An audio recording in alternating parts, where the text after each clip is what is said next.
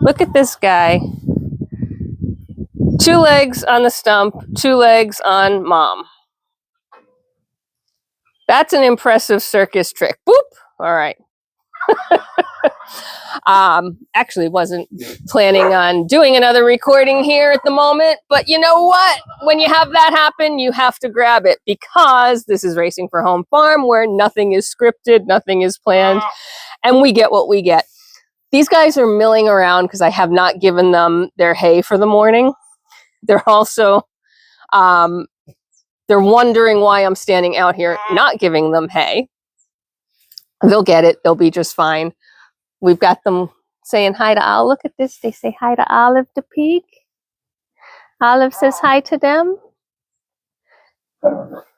This is part of all their socialization.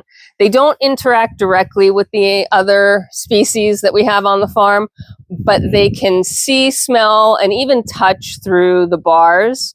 So they get used to different noises, different sounds, different movements, different types of behaviors.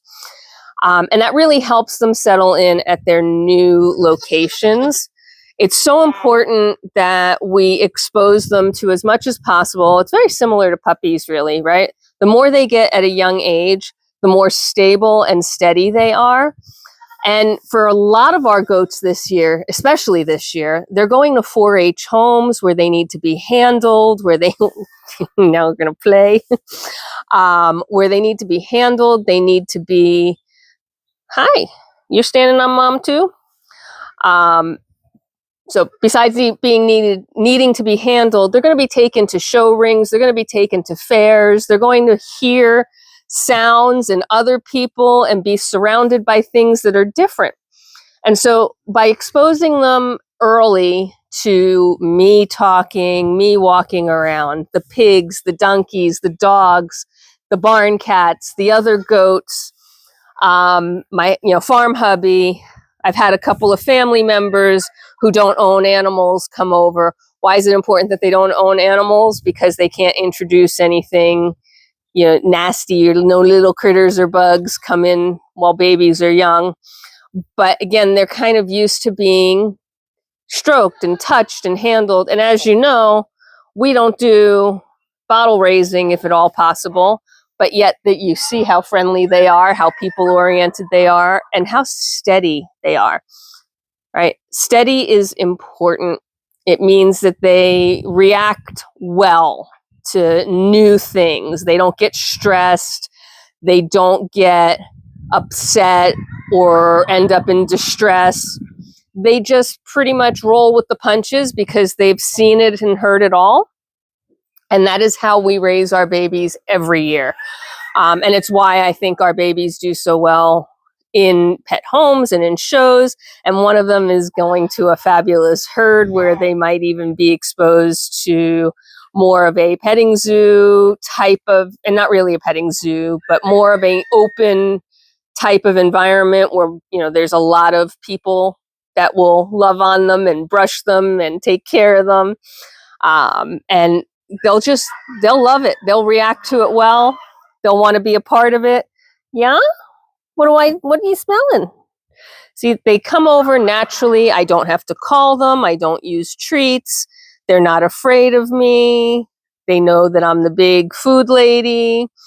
And this also is important because when they go home without their mamas, right? So right now they have their moms for comfort if they need it.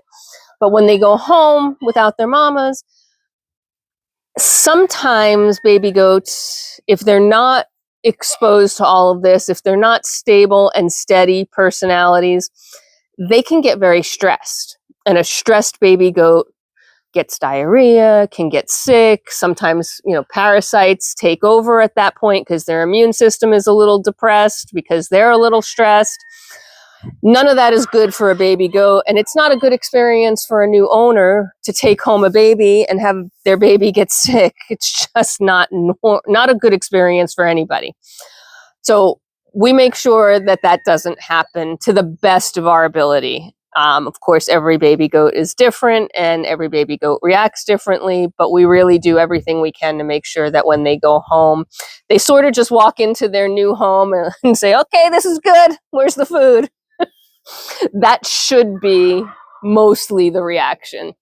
Now, I just this morning sent all of our new owners of the older kids, the ones that are going to go home first, their go home email. It is a huge, lengthy email. I probably should figure out how to shorten it, but I want to include so much information, right?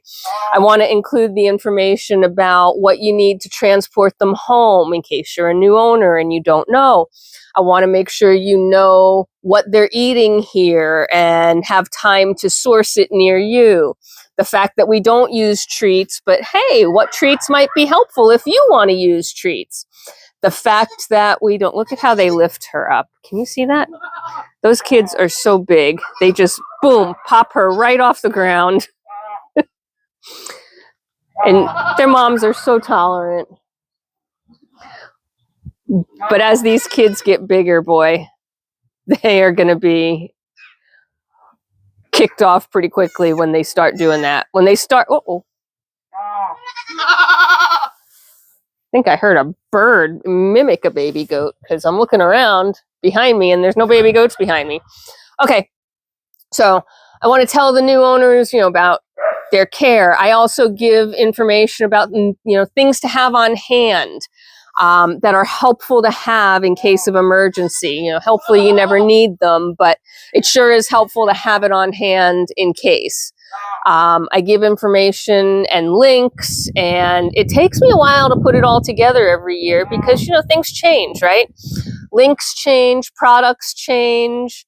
I try not to give, I use food from my local feed store that isn't readily available at, the Agways and the Tractor Supplies of the world. So you make sure that I give equivalents in places that are very easily accessible. So that you have the ability, and our owners have the ability to really prepare in advance and know what they're getting into. So it's kind of a big project for me every year. I got it done this year. Thankfully, once it's done once, right, it's done for all the kids for the year. But every year I have to redo it. And so it's the chore that happens, 2 to 3 weeks before babies start to go home. So these little guys will be going home in about 3 weeks. I say little guys, the bigger kids of the group will be going home in about 3 weeks. Again, based on schedule, it's not exact. And I'm sad about that, but I'm glad I'll still have 4 little ones hanging around. And of course, we'll still have Voodoo, assuming that the things go well at the show this weekend. And yes, this is show week. So I think I've talked to you about, I got Misty and Ren and Persephone bathed for the first time yesterday. I did another marathon session for that. And so that was Sunday. Now Thursday, I will have to do another round of baths, and then we leave for the show on Friday. I do not bathe them at the fairgrounds. A lot of people do, and for us, I think it just makes sense to do it here where I have all my equipment. I'm set up well to not kill myself from my back perspective and all that. I mean, and just look, even after one bath, can you see? Even inside, look how shiny and beautiful. Oh, thank you for peeing while I showcase you. You're the best. Look how shiny she looks. Silky smooth. Denali finally got groomed out, thankfully, so that's done. And then when I get home from the show, it's all hands and get everybody else with their spring brush out. The Bucks need it desperately. Thorn looks like a big old cotton ball. He needs brushed out pretty hard. And, JC, Fanta, Emma are fairly easy to groom as older goats. Their coats are thinning. They don't have as much undercoat. Sock Monkeys and Lotus are super simple to groom because they have no undercoat either. And of course, you can tell that, right? Because they still look like they're in pretty good shape, even though they haven't had their spring brush out. So, you know, it's just kind of a never-ending saga, but once spring brush outs and spring baths are done, so everybody gets a brush out one week and a bath the next week, depending on how quickly I can get my act together. Then grooming for the rest of the year is super simple, right? It's every week I put 2 different goats on the stand. Takes me about 10 to 15 minutes per goat. I brush them out, I do their hooves, I run my hands over their bodies, make sure there's no boo-boos or wounds or critters or ticks, and they really never have ticks, but just in case, I always check. And that is it. So there you go.